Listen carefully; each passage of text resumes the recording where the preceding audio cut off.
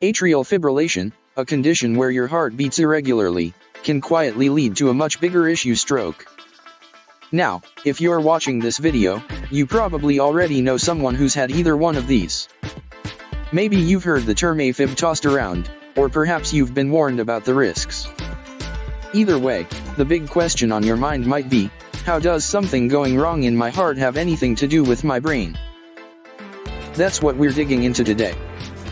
The connection between arrhythmias, particularly atrial fibrillation, and stroke is one of the most serious and misunderstood risks to our health.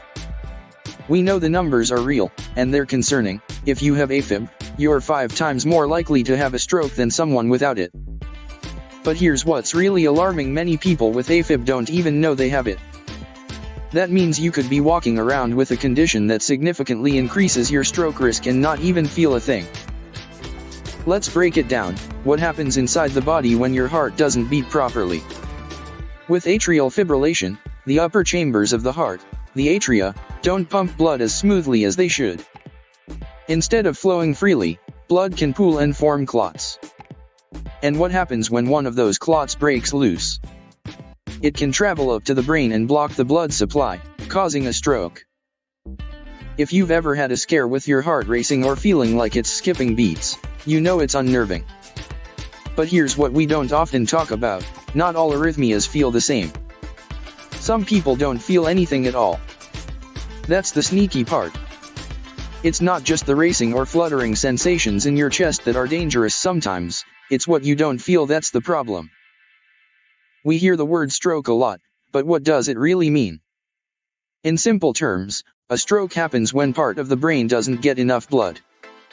Blood carries oxygen, and without oxygen, brain cells die. There are 2 main ways this happens: either a blood vessel in the brain bursts, which we call a brain bleed, or a clot stops blood from flowing to part of the brain. Now, here's where things get tricky. It's not just that arrhythmias, like atrial fibrillation, can lead to strokes. Strokes can also cause arrhythmias. Imagine the brain is like the control center for your whole body. If a stroke hits a part of the brain that helps control your heart's rhythm, your heart might start beating too fast, too slow, or too irregularly. One study from 2012 found that within 72 hours of being admitted for a stroke, 25% of patients developed an arrhythmia. The risk is highest within the first 24 hours after the stroke, then it slowly decreases. But why does this happen? Doctors aren't entirely sure, but factors like existing heart disease, vascular problems, or the severity of the stroke itself might play a role. Here's a key question: what kinds of arrhythmias are linked to stroke? We've already talked about atrial fibrillation, which is the big one. But stroke survivors can also experience ventricular arrhythmic tachycardia, when the lower chambers of the heart, the ventricles, beat too fast and irregularly. Supraventricular arrhythmic tachycardia, an irregular heartbeat caused by a problem above the AV node, a key part of the heart's electrical system. Sinus node dysfunction, when the sinus node, the heart's natural pacemaker, doesn't work properly, causing the heart to pump too slowly.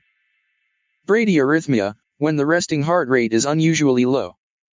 Atrioventricular block, a condition where electrical signals have trouble moving from the atria to the ventricles.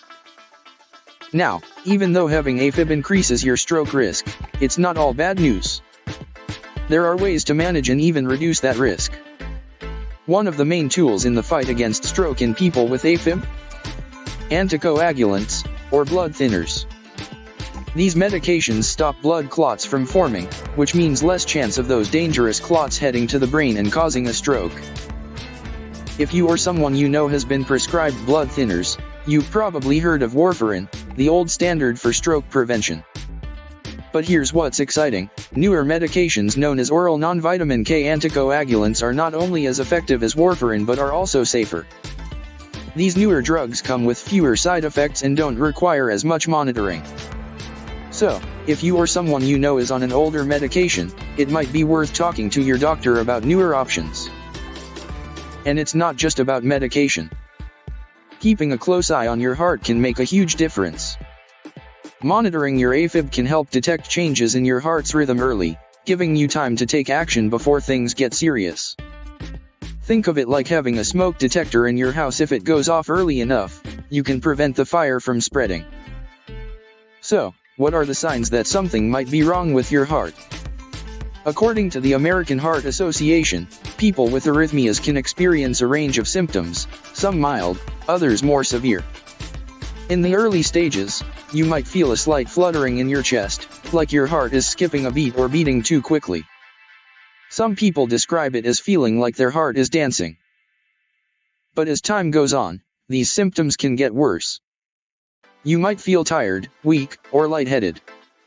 Maybe you'll get short of breath, or your heart feels like it's pounding in your chest. Some people even feel chest pain or pressure.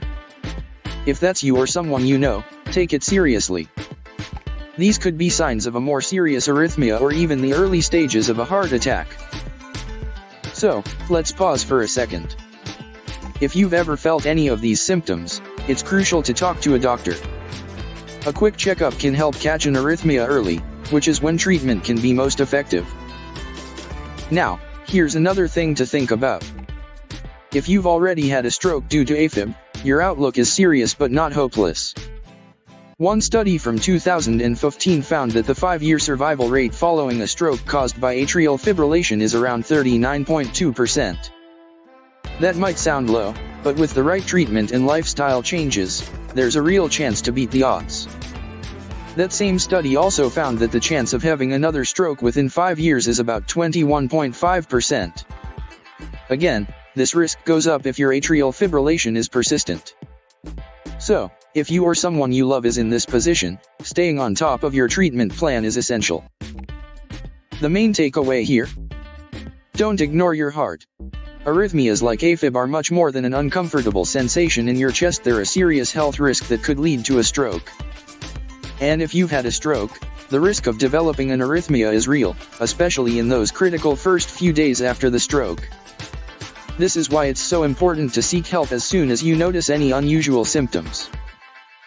In short, when it comes to heart health, vigilance is everything. With the right medications, regular monitoring, and a close relationship with your healthcare provider, the risk of a stroke due to arrhythmia can be significantly reduced.